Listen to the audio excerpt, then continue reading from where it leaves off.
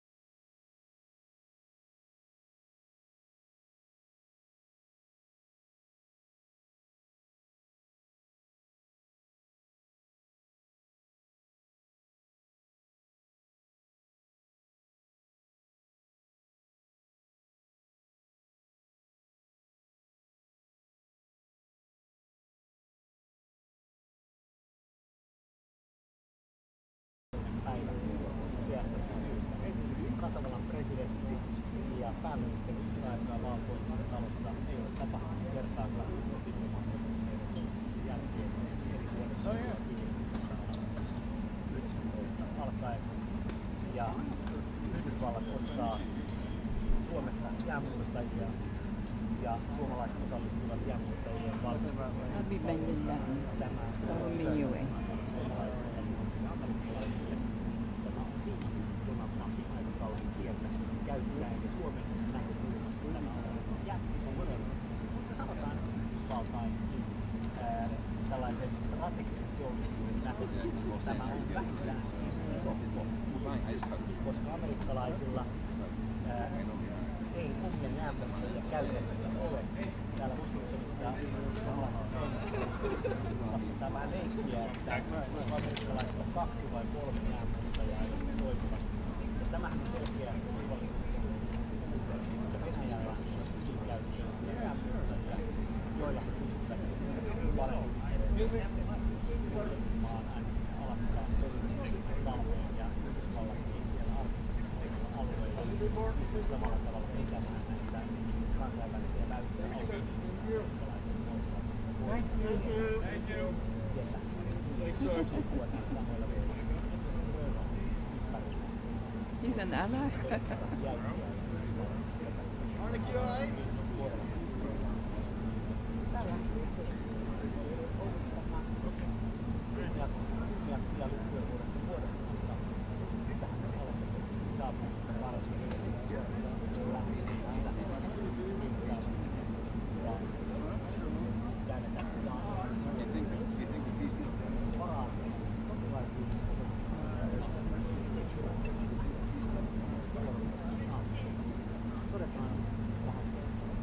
todetaan vähän tällainen tosiasia siitä, että moni pohtii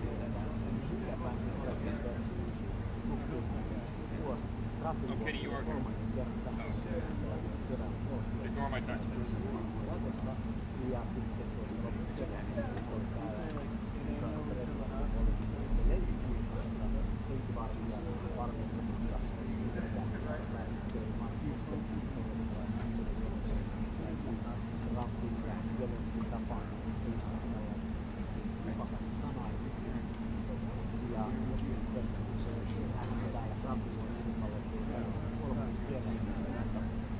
paikan päälle presidentti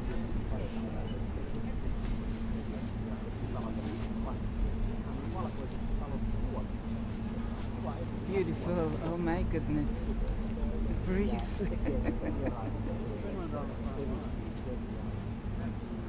Kun ajatellaan strategidiplomatiaa, niin kyllähän tämä on ministeri lähdöstä. Sekä Sauli Niinistö että Aleksanterin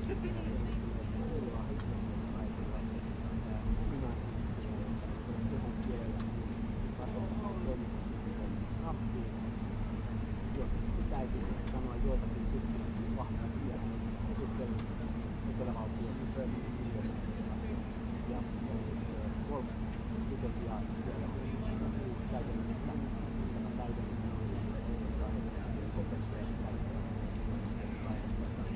englantia tarvittaessa.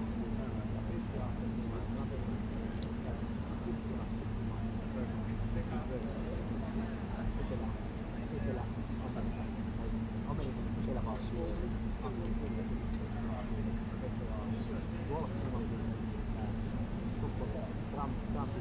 nuorisko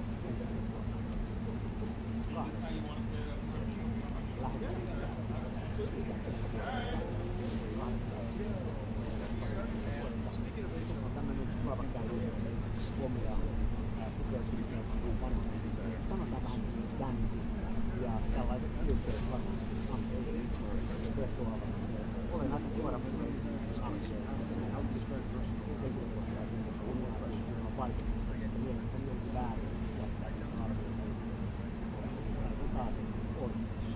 Ja valitettavasti Trumpin diplomatiassa on niin, että esimerkiksi Ruotsin pääministeri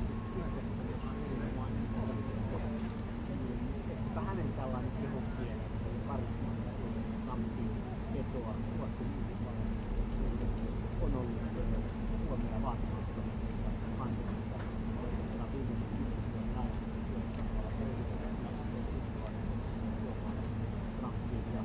laajemminkin huomattavasti aktiivisen suhteen vuoksi pääministeri. Toki tähän vaikuttaa se, että turvallisuustilanteen kiristyessä Venäjän läheisyys on asia, joka on yhdysvaltalaisen kiinnostunut. Yhdysvaltalaisen kiinnostunut on myös mahdollisuus käyttää Lapin lentokisoittaa rovatietoja ja parhaillaanhan ECA-sopimuksen kahdenvälisen rakennusprojekteja menee Rovaniemelle. Monta ulottuvuutta on Yhdysvaltain välisessä suhteessa. Todettakohan tähän väliin, että kuten arvata saattaa, niin aivan kello 10 Suomen aikaa ei tänne saapunut. Odotamme siis saapuvaksi presidentti Stubbia ja pääministeri Orpoa ja sitten presidentti Donald Trump ottaa heidät vastaan aivan hetken kuluttua. No niin, sieltä saa. Suomen lippu on laitettu kelaan.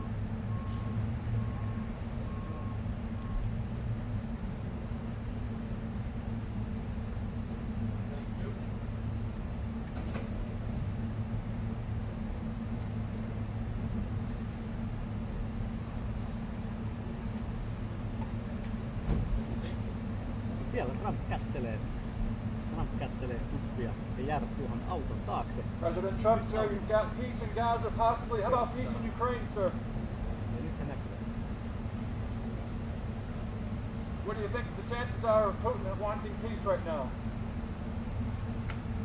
Stubb vilkuttaa kevyesti. Pääministeri Orpo ei ole tässä, eli protokollan mukaisesti presidentti ottaa vastaan vain presidentti. Tämä on kiinnostavaa. Trump toivotti tervetulleeksi kameroiden edessä vain presidentti. Pääministeri saapuu sitten omaa aikaansa. Ja siellä tulee Suomen delegaatio. Mukana on muun muassa kabinettipäällikkö Lauri Pierala ja pääministerin kabinetti.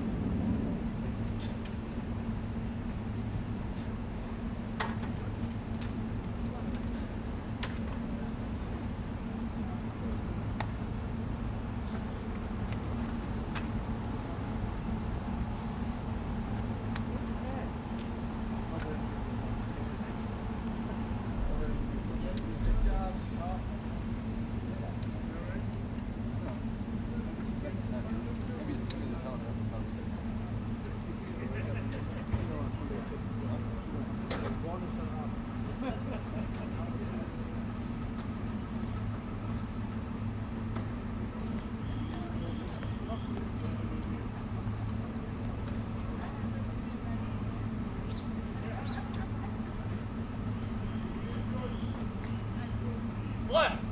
Order! Flat!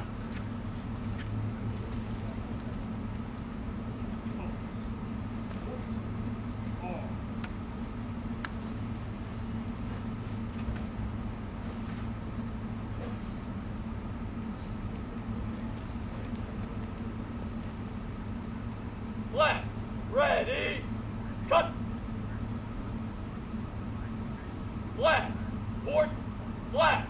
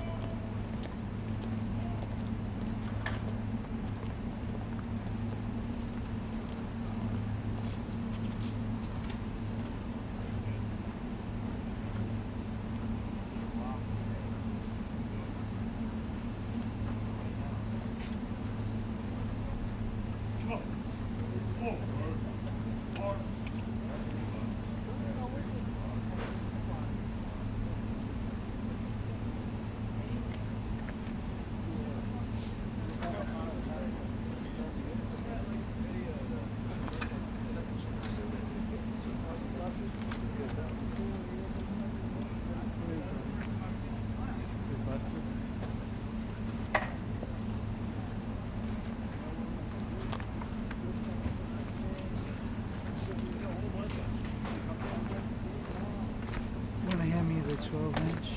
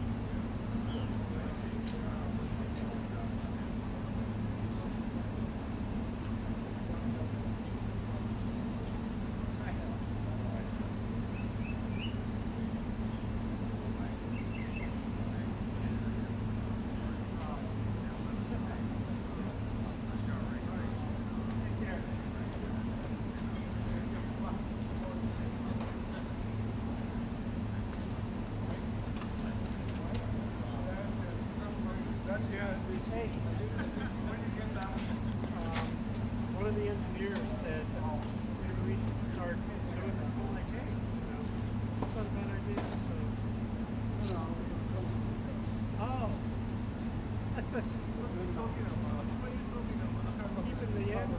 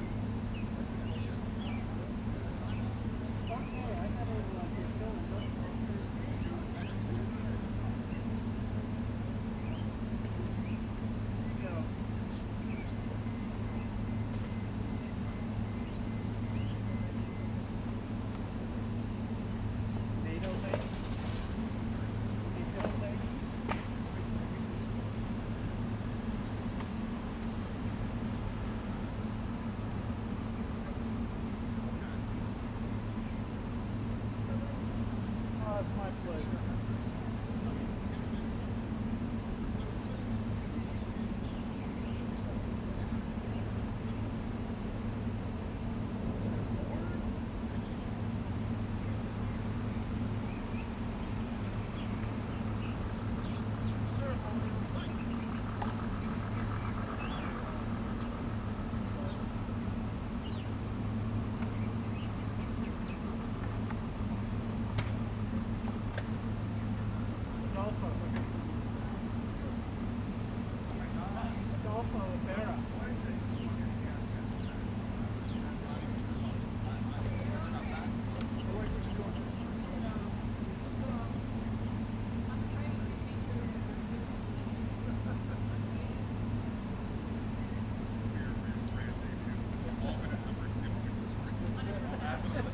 That's the top. It's all.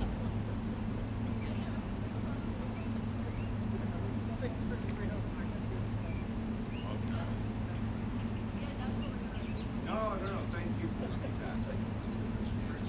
Please keep it coming.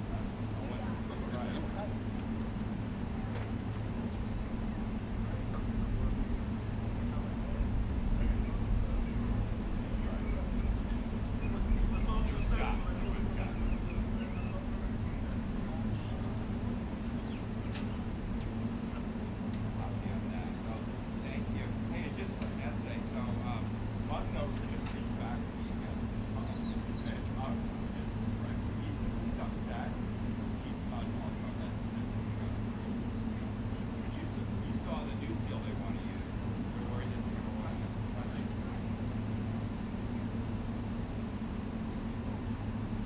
Well, that's the folks going on. That's what we use for the president.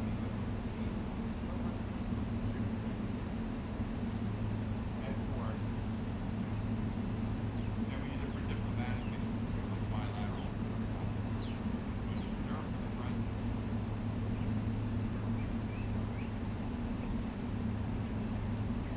Yes.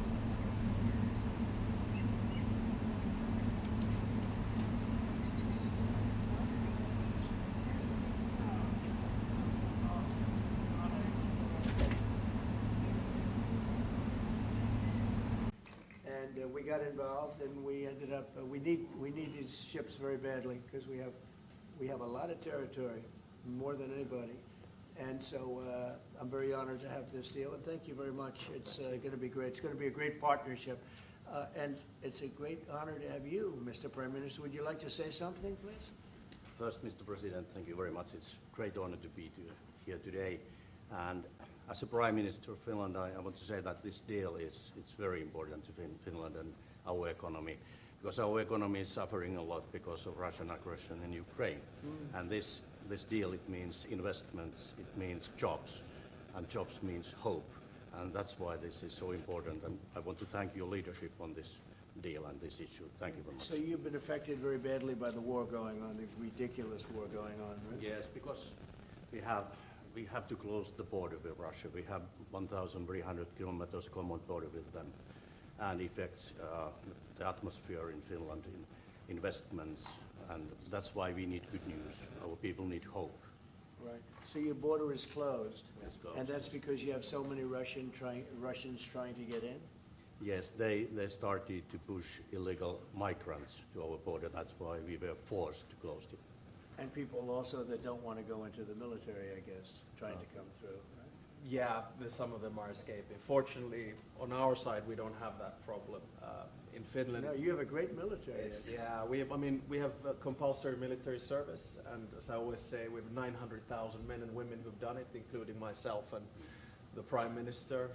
We have 200. And you've been fighting Russia for a long time. So how many years have you been indirectly fighting Russia? Well, put it from this now? way, we have managed our relationship since the 1300s with about 30 skirmishes, but it's been very peaceful Is at our that right? border after World War II. 1300s. Yeah, but it's been peaceful at our border since the Winter War and the War of Continuation. But I mean, a lot of it is because we actually have a very large military. It's the biggest in Europe, together with Turkey, Ukraine, and Poland. We have over 60 F-18s. We just bought 64 F-35s. We'll Yeah. roll out the first one in Texas in December. We have the biggest artillery in Europe together with Poland. And as I always say, we don't have it because we're worried about Stockholm. Well, you really have proportionately, I think, the largest military in the world, proportionately. It's quite big, yes, I have to admit. But, you know, we have it for defense purposes and also to build a deterrence. And it's worked, and I think that's one of the reasons that our relationship is so good as well. We have the Defense Cooperation Agreement with you. Right. We're new allies in NATO. Our defense expenditure is going north of 3%. We work very closely with you and the rest of our allies. And, you know, when you push the ceiling of defense expenditure in NATO to 5%, you can imagine that a country like Finland was quite pleased with that, because that means that all of the allies have to bring up their defense expenditure, and you basically increased our security just with that decision in The Hague. And I have to admit that having been to my first NATO summit in the summer of 2024, if someone would have told me that you will move from 2% to 5% after Trump enters, I would have said, go see a doctor. But, you know, Well, you they had did to it. do it, and you were great about it. Spain has not been. Spain is the one that didn't do it. And so I think you people are gonna have to start speaking to Spain. The only one that didn't do it, the only NATO country that didn't do it is Spain. And you'll figure what that's all about, right?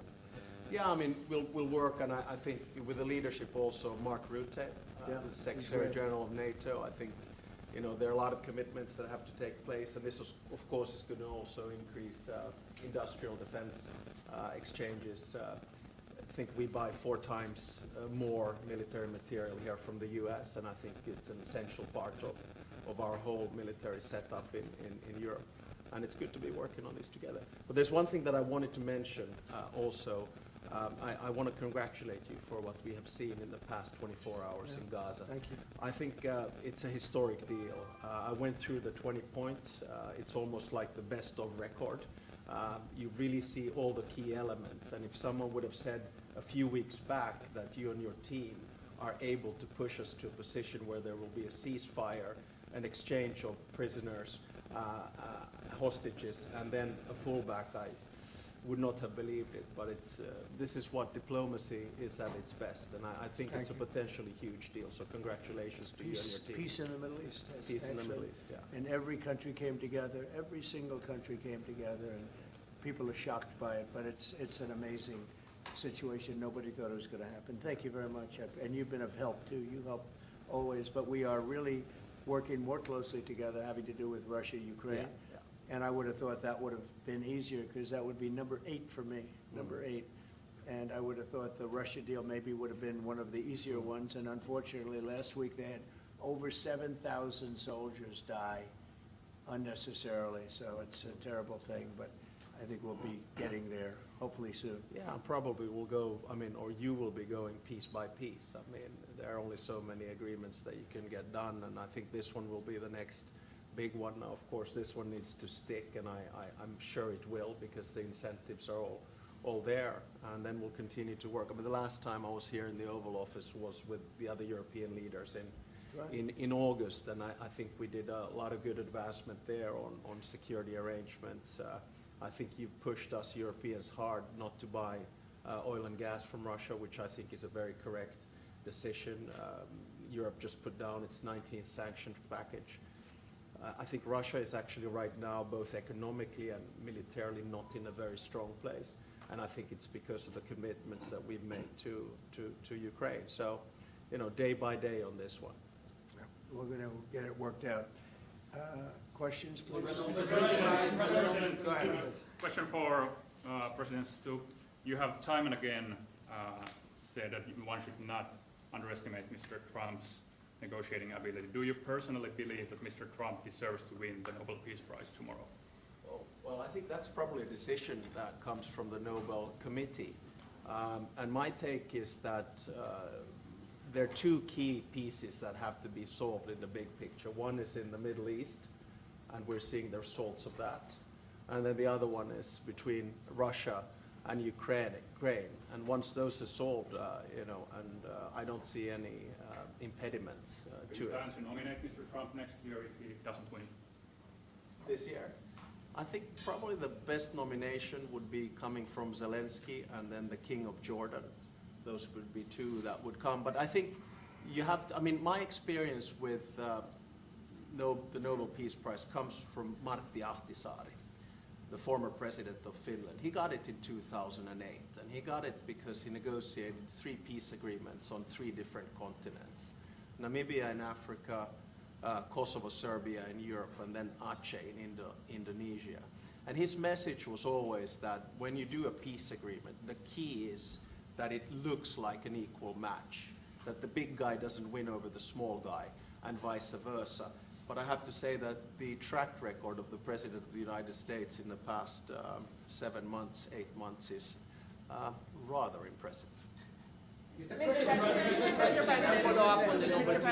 you so much, Mr. President. First of all, thank you, all of you, in behalf of the State of Israel, for everything that you're doing for my country. I want to know, how do you see the Middle East in a year from now under your leadership? And if you see maybe option for normalization between Israel and Saudi Arabia? I think it's going to be great. I think it's the hostages will be coming back Monday or Tuesday. I'll probably be there. I hope to be there, and we're planning on leaving sometime Sunday, and I look forward to it. And everybody I see is celebrating in Israel, but they're celebrating in many other countries too. A lot of the Muslim and Arab countries, they're celebrating. Everybody's celebrating. Everybody loves the deal. So it's a great honor to have been working on it. And as you know, it's all finalized and done. We've had a lot of terrifically talented people. We've had tremendous support from UAE, Saudi Arabia. Qatar has been unbelievable. Egypt, as you know, and Jordan. Indonesia, I mean, it's... I don't want to leave anybody out. Just so many different countries. It's been incredible. Nobody's seen anything like it. So I think in a year from now, it's going to be great. I think it's going to be great. Mr. President, how do you rate your chances of winning the Nobel Peace Prize tomorrow? Well, I don't know. Look, I made 7 deals, and now it's 8. Solved the wars, one going 31 years, one going 34 years, one going 35 years, one going 10 years. I made 7 deals. This would be number 8. The one I thought that I was going to make, and I think we will probably, is because it's a ridiculous war. It's a horrible war. The worst since World War II. If you look at the people dying, is Russia-Ukraine. I think we'll do that too. We've a lot of reasons for them to do it, and I think they'll be coming to the table pretty soon. But this is the biggest of them all. This is a big one. Although I think India and Pakistan is very big. 2 nuclear nations. I did that based on trade and because of the tariffs. If we didn't have tariffs, you wouldn't have been able to do it. But I said, if you guys are going to fight, I'm putting 100% tariffs on each of you. And they immediately stopped fighting. And that was going to go nuclear. You know, that was back and forth. So I know one thing. I don't know what they're going to do really, but I know this, that nobody in history has solved 8 wars in a period of 9 months. And I've stopped 8 wars. So that's never happened before. But they'll have to do what they do. Whatever they do is fine. I know this. I didn't do it for that. I did it because I saved a lot of lives. And that's the thing that bothers me so much about the Russia-Ukraine. 7,000 people are dying a week. Young soldiers. They're almost all soldiers of Ukraine and Russia. So in theory, it doesn't affect us, no, but it's a terrible thing. And we'll get that solved too. But nobody has ever done 8 wars. Nobody's done 8 wars in 30 years, let alone 9 months. Are you going to step up? Mr. President, Obama got it for way Are less. you going to step up the pressure for a Ukraine deal? Yeah, we are stepping up the pressure. We're stepping it up together. We're all stepping it up. NATO's been great. The leader of NATO, as you know, Mark, has been fantastic, I think. He's a fantastic guy. And they are stepping it up. And we're selling a lot of weapons to NATO. And that's going, I guess, to Ukraine for the most part. That's up to them. But they're buying weapons from the U.S. We make the greatest weapons in the world. You buy our planes and a lot of our equipment. And you have a big force, actually. You have a tremendous force of equipment. So I think we'll get that one done too, yeah. President Obama got it for way less. Mr. President, I'm from Finland. Mr. President, I'm from Finland. Yeah. Am I okay? He's all right. I'm all okay. Mr. President. Yeah, President. You are buying icebreakers from Finland. Yeah. But what if Russia and Vladimir Putin attacks Finland? Would you defend Finland? I would, yes, I would. They're a member of NATO. I would, they're great people, but I don't think that's going to happen. I don't think he's going to do that. I think the chances of that are very, very small. But it's very interesting because you have a very big military relative to your size. You have a very powerful military, one of the best. And but certainly we will be there to help. Okay? Thank you. Mr. President. Okay, please. Mr. President, thank you. We have a big border, as our president said. How would you exactly defend Finland? And yeah, thank you.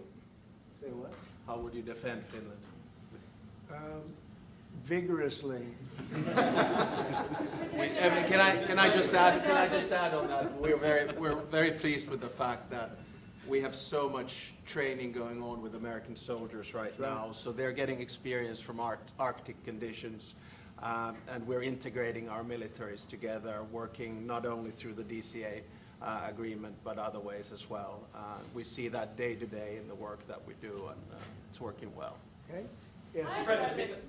Please. Yeah, thank you. How do you see this? From? I'm from Finland too. Finnish news agency. Very impressive. So, Mr. President. Better than our Thank you. So, how do you see the situation in the Arctic developing? Are there going to be any mutual plans for Finland and U.S. to collaborate there? We have a lot of relationships together. I mean, mostly buying our military equipment. They buy a lot of it. They have an order, I guess, 60 planes, 64 F-35s, and many other things too. It's a big order. Big countries don't order that many planes. You know, it's 10 billion. You have a lot of aircraft, a lot of great military. We make the best military equipment. They buy a lot from us, so it's very good. We're going to work together very closely with Finland and with NATO. We have a very good relationship. As you know, I requested that they pay 5%, not 2%, and most people thought that was not going to happen, and it happened virtually unanimously. We had one laggard. It was Spain. Spain. You have to call them and find why are they a laggard, and they're doing well too. You know, the funny thing, because of a lot of the things we've done, they're doing fine. They have no excuse not to do this, but that's all right. Maybe you should throw them out of NATO, frankly. Mr. President. Please, go ahead. What are you planning to do with Tall that? gentleman, nice tall gentleman, with the yellow shirt. Thank you, Mr. President. I wanted to change gears just really quickly and ask you, you're going to Walter Reed tomorrow? What are you having done, and how are you feeling? I'm meeting with the troops, and I'm also going to do a sort of semi-annual physical, which I do, and I think I'm in great shape, but I'll let you know. But I have no difficulty thus far. Is there wood around here? I'll knock on. No difficulty. Physically, I feel very good. Mentally, I feel very good. You know, I did about 6-7 months ago. I do physicals. I like to, when I'm around, I like to check always early. Always be early. It's a lesson for a lot of people. But I also did a cognitive exam, which is always very risky because if I didn't do well, you'd be the first to be blaring it. And I had a perfect score. And one of the doctors said he's almost never seen a perfect score. I had a perfect score. I got the highest score. And that made me feel good. When they asked, would I like to do one, I said, yeah. I said, did Obama do it? No. Did Bush do it? No. Did Biden do it? I definitely did. Biden wouldn't have gotten the first 3 questions right. No, Biden didn't do it. Biden should have done it. I'm actually a person that believes that if you're president, you should do a cognitive exam. But last time I took a cognitive exam, and it was a perfect score. The doctors announced it. And by the way, not the easiest test. The first few questions are pretty easy. Once you get into the middle, it gets a little trickier. And there aren't a lot of people in this room that would get every single question right, I can guarantee You're putting me in a difficult spot now. Next question. Mr. President, Obama got the Nobel Peace Prize for way less than you did, and you President Obama got the Nobel Peace Prize for way less. Doing nothing. Exactly. Obama got a prize. He didn't even know what he got. He got elected, and they gave it to Obama for doing absolutely nothing but destroying our country. No, he was not a good president. The worst president was Sleepy Joe Biden, but Obama was not a good president. Are you going to do something with the They Hezbollah? gave him a prize. How many months after he won the election, then they gave him the Peace Prize, right? It was right before he was elected. Are you going to take My election was a much more important election.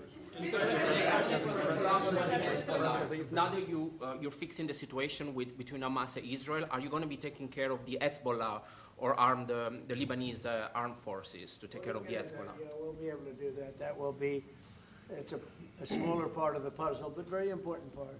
They have a great new ambassador that I appointed, Michelle. Great new ambassador, so yeah, please. President, you said that the hostages will be released on Monday or Tuesday. What's your strict deadline? When do they have to get released? And how do you make sure each party abides by the deal? It's gonna be around that time, yeah. They're working on it very hard. Tuesday at the They're in very diverse parts of the earth, okay? They're very, very diverse. Actually, it's, I think they're gonna come through. I'd be surprised if they didn't. I think it'll happen. Mr. President, Go to Gaza. Thank you, sir.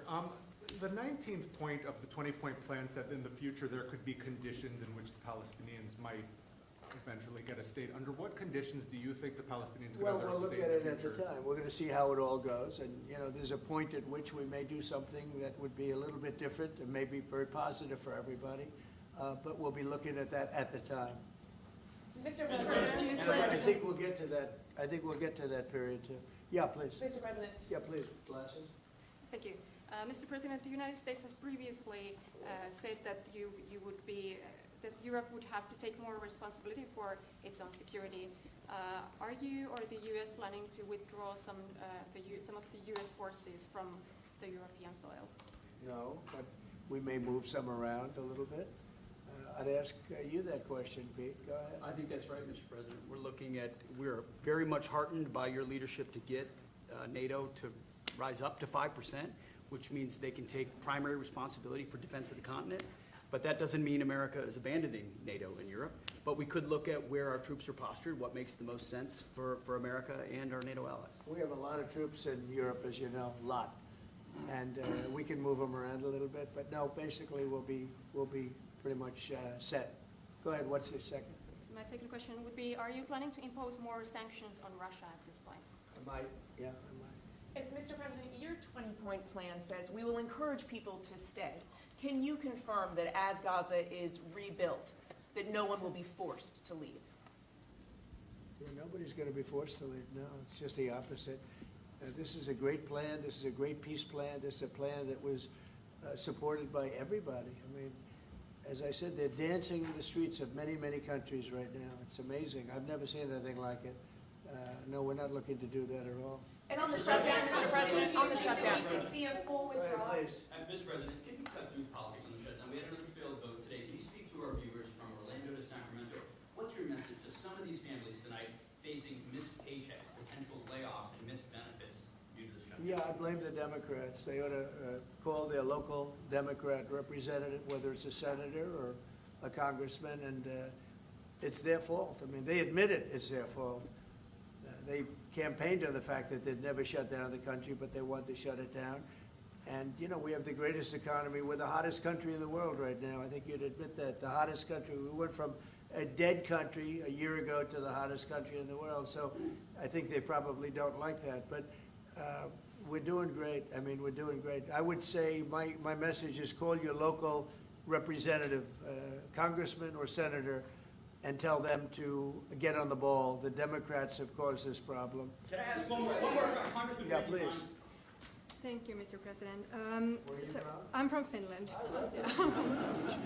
It's so nice. Uh-oh, here we go. Yeah. Here we go with a killer question. I would like to circle back to the icebreaker deal. So Finland and the U.S. are strengthening their economic partnership through the deal. What other areas of cooperation with Finland do you see as possible at this moment? Good question. We're going to be talking about that in a little while. We're going into the next door room, commonly known as the cabinet room, beautiful room, and we're going to be discussing that. But we'll be doing other things. It's a wonderful country with wonderful people. We've had a long-term relationship, but it's never been as close as it is now. We'll be doing other things. Go ahead. We've been talking about a lot with the president. The two specific fields where I think Finland has strengths. One is quantum and quantum computing, and we know that that is basically what gives food for thought for artificial intelligence. That's very important. The second one is actually networks. And you know that there are two sort of safe and trustworthy Western networks right now. One of them is Nokia, and the other one is Ericsson. And actually 70% of all broadband in the United States is Nokia. So one of the things that we could work on together is creating the 6G space through networks. And we actually, Nokia has 7,000 people working here in the United States and an American CEO. Okay, anybody else? What is the international stabilization force that's going to deploy to Gaza? What is that going to look like? To be determined, really I think there's going to be a large group of people determining what it will be, and a group of people funding it that are very rich countries are going to be funding it. People want to see this work. It's going to work. It's absolutely going to work. And it starts, it's already started. We've signed, as you know. Everybody's agreed. I think Monday is going to be a very big day, Monday, Tuesday, but it's going to be, depending on where you are, it's going to be a very big day. I think it's going to be a day of great celebration. I've never seen anything like it. The streets of so many countries right now, they're just roaring with love and with praise for the people that did this. And these are countries that did this. The whole world came together for this, even Iran. And I really thank them for it. Iran came out and said this is a good thing. This is a very good thing. So it was terrific. It's been a terrific experience for me. Thank you very much, everybody. Thank you. Thanks, guys, for all having us. Thank you. Thanks, guys. Thank you, Stubb. Thank you, press. Thank you, press. Thank you, press. Let's go. Let's go. Thank you. Thank you, guys. Thank you. Keep going. Keep going. Keep going. Let's go. Thank you. Thank you. Thanks, guys. Let's go. Let's go. Thank you. Jeff. Thank you. Keep going. Thanks, guys. Keep moving. Let's go. Let's go. How are we doing? You like it?